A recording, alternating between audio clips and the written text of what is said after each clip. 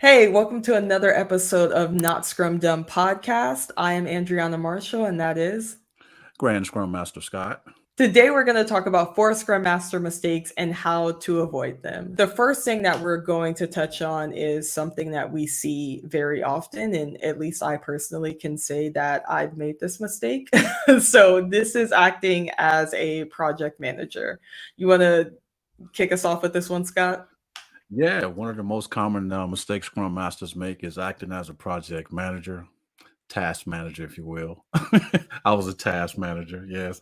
I'm making sure all the tasks are done.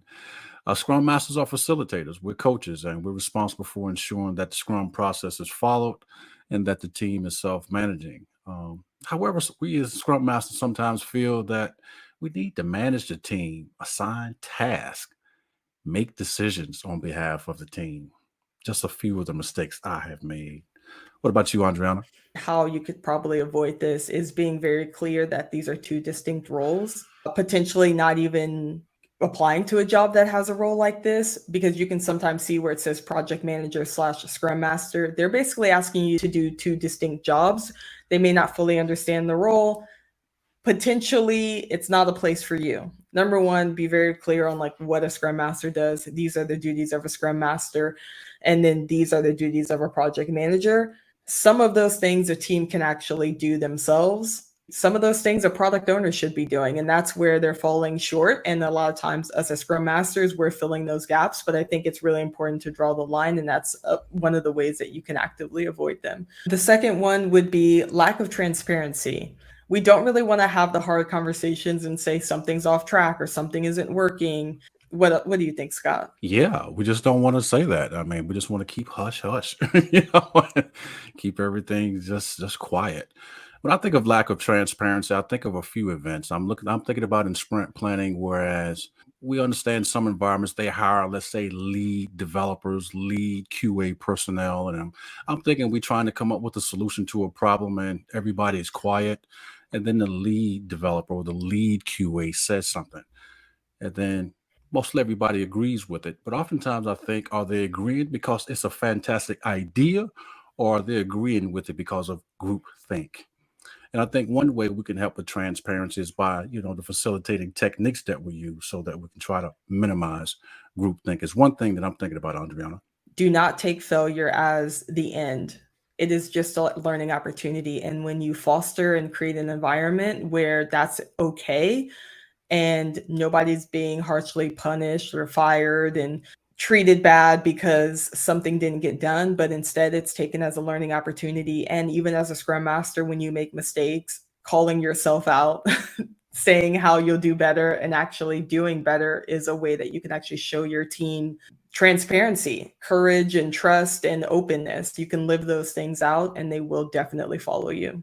Oh, yes, all great points. One more thing I would like to add to this bucket list we have here is not getting to done, is what I was thinking about as you were speaking. We get to the sprint review, and instead of showing, if we're supposed to be, let's say, building a new feature that's supposed to be in an app, or if we're supposed to be building something that's supposed to be on a website, instead of showing that new feature or that functionality, maybe we showing a PowerPoint presentation, or at best maybe some developer is showing it on their local environment, which is not in production.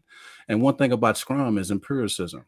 At the sprint planning, all we have is a hypothesis at that particular point. So if we get to the sprint review and we don't have an increment to show in its done state, then it's really not transparent as to if we can build this thing or if we can do this thing or not, because that's the ultimate point of validation when it's done and the actual customer has it and use it. The third Scrum Master mistake that we commonly see is ineffective sprint retrospectives. Scott, you want to kick us off for this one?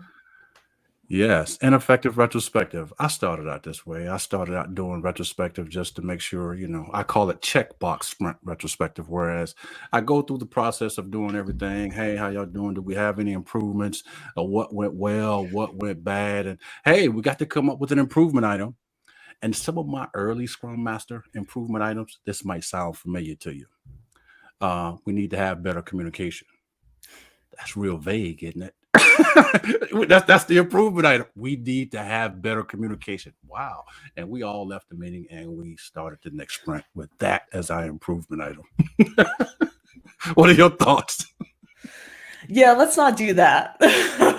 It becomes really redundant, very boring. One of the things that you can do is that I've used, and I think Scott, you've used this. There's plenty of stuff on the internet. I believe it's Tasty Cupcakes. They probably have the most variety that you see on the website, but there are so many different ones that people have created. I think it's really important to understand what did the team go through in the last month and tailor your sprint retrospective based on that. If you had issues with your definition of done, let's focus heavily on our definition of done. If you had issues with your working agreement, let's focus a little bit more on that instead of what went well, what didn't go well, what are our action items. But sometimes being free form doesn't really work for everyone, and the team just wants to get it over with because they've done this 10 times. It's really boring and no improvements have been made. And the other aspect is making sure these improvement items actually happen and that you follow up in them in the next sprint retrospective. So saying, hey, guys, we've had 5, 6, 7 retrospectives, and here's the improvements that we've made so far. That really encourages the team to continue to participate and understand how far they've come since you've been their Scrum Master. Well, I love all those things you said. Other than that, I will add to it is, now at the stage I'm at, again, I told you about my early years, but now I actually keep it improvement, let's say backlog, if you will. There's not such a thing. This is just something that you can kind of see, touch, feel. I keep a list of all the improvement items that we're doing to make sure that they actually get crossed off. This is just to help me keep organized with all the impediments that may come up and all the continuous improvement items that we're trying to do. That works for me. If you find something that works for you.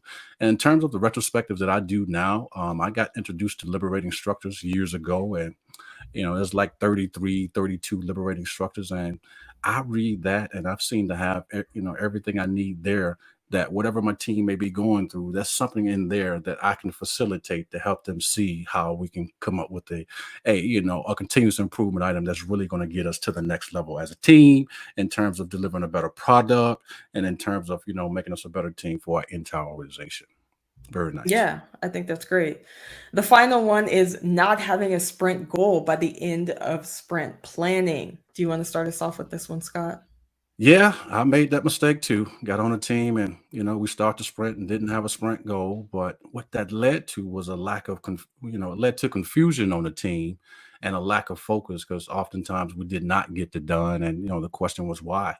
And then we decided to experiment with using the sprint goal. And that wasn't the silver bullet of us getting to done, but I could see an immediate change. Whereas when we used the sprint goal versus the sprints that we did not, they had a direction in which to go. I mean, everybody was laser focused on this direction versus being scattered all over the place. And that was very beneficial for me and my team. Andriana. When I've had teams that don't have a sprint goal, they typically are working in silos. They are prioritizing their work, not necessarily what needs to be done by the end of the sprint, because we didn't talk about what needed to be done by the end of the sprint. People could be working on business priorities that aren't as important. And when someone actually needs help on something that's urgent or has a legitimate deadline, their team isn't there for them. It's important to have that sprint goal and align it with the product goal. It needs to make sense towards the business, the vision of the product. And you also don't have an angry product owner at the end of the sprint saying, why don't we have anything done that impacts the business? All right, thanks for watching this episode of Not Scrum Dumb. If you've made it to the end of this video, you are legendary and you have a greater attention span than a goldfish. You can check out the description for links to get connected with us or information on classes or free information with resources that we found that we thought would be really beneficial to you.